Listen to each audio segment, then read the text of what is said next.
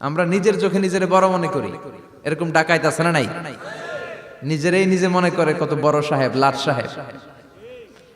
মান তাওয়াদা তারাফা, এটা হচ্ছে সুন্নাতুল্লাহি ফিল আরদ।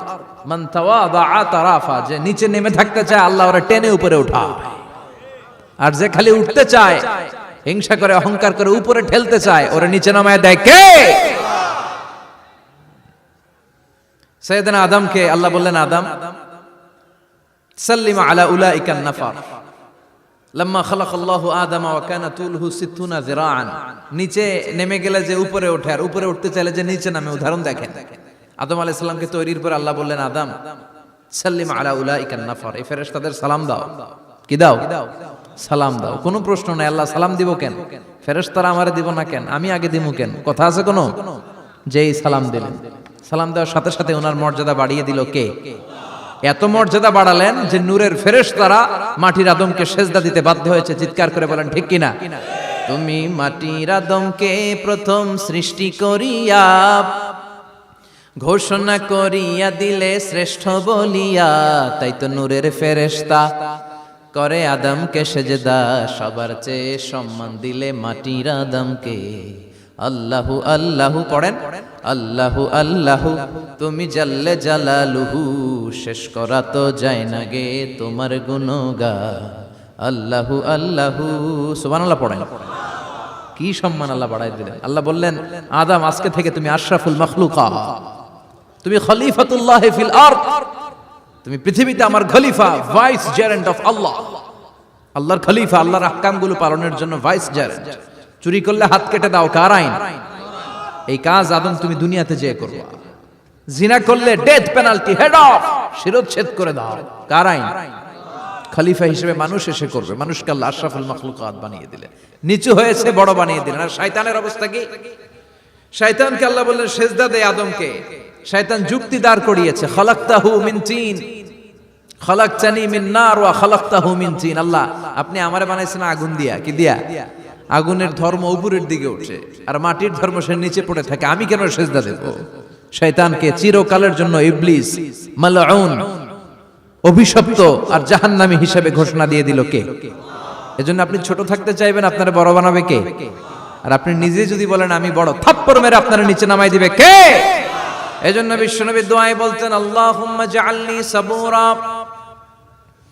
ওয়াজআলনি শাকুরা ওয়াজআলনি ফি আইনি সাগীরা ওয়া ফি আ'য়ুনিন নাসি কাবীরা। ও আল্লাহ, আপনি আমারে ধৈর্যশীল বানান, আপনি আমারে শুকরগুজার বান্দা বানান, আমার চোখে আমারে আপনি ছোট বানান, মানুষের চোখে আপনি আমারে বড় বানান। সুবহানাল্লাহ পড়েন।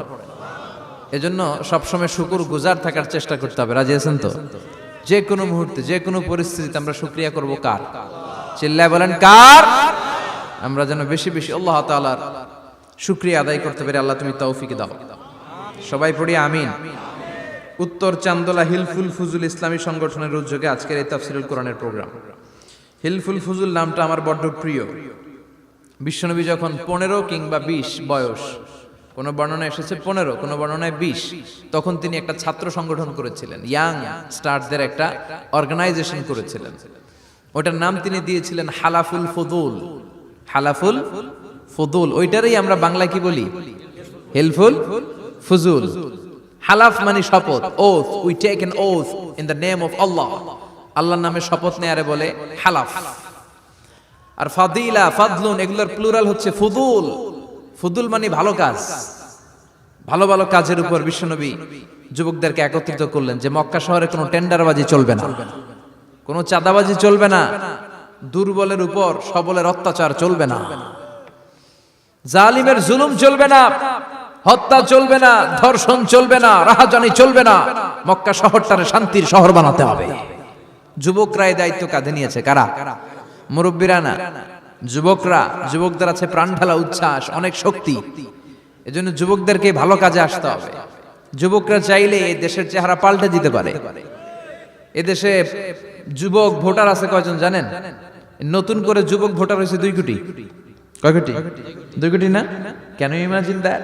কল্পনা করতে পারেন? They can change Bangladesh, they can change the face of Bangladesh. তারা 56,000 বর্গ মাইলের এই বাংলাদেশের চেহারা পাল্টে দিতে পারে। তাদের অনেক শক্তি। এই জন্য যুবকদের এই শক্তি কাজে লাগাতে হবে। ফেন্সিডিল, গাঁজা, ইয়াবা, হিন্দি সিনেমা এগুলোর পিছনে দৌড়ানো যাবে, পর্নোগ্রাফির পিছনে ছোটা যাবে। যুবক বয়সে ভয় করতে হবে কারে? চিল্লায় বলেন কাকে? আল্লাহ আমার যুবক ভাইদেরকে তুমি তৌফিক দাও। বিশ্বনবী এই হালাফুল ফুদুল তিনি গঠন করলেন মক্কাতুল মুকাররমাতে। পুরো মক্কা শহরটা শান্তির শহর হয়ে গেল। সুবহানাল্লাহ। ভণ্ডামি এই দেশে আছে না নাই? দোদেল বান্দা কালমা চোরে, না পায় শ্মশান না পায় ঘোর, দিন থাকিতে আয়রে পথে ছাইড়া দে ভণ্ডামি, ভণ্ডামি ভণ্ডামি ভণ্ডামি, ছাইড়া দে ভণ্ডামি। আছে না নাই? নামাজ কালাম পড়ে না, ইবলিশ শয়তানের নানা। আছে না? নামাজ নাই, রোজা নাই, নাচানাচি, নাচ গান, গোসল করে না, সারা বছরে করে একবার, ওই গোসলের পানি মুরিদরা খায় ফেলায়। আছে না নাই? নামাজ রোজা করে না, ইবলিশ শয়তানের নানা, ধর্মের একখান খুঁটি ধইরা কয়দিন করবা হয়রানি, ভণ্ডামি ভণ্ডামি ভণ্ডামি, ছাইড়া দে ভণ্ডামি। ঠিক কি না?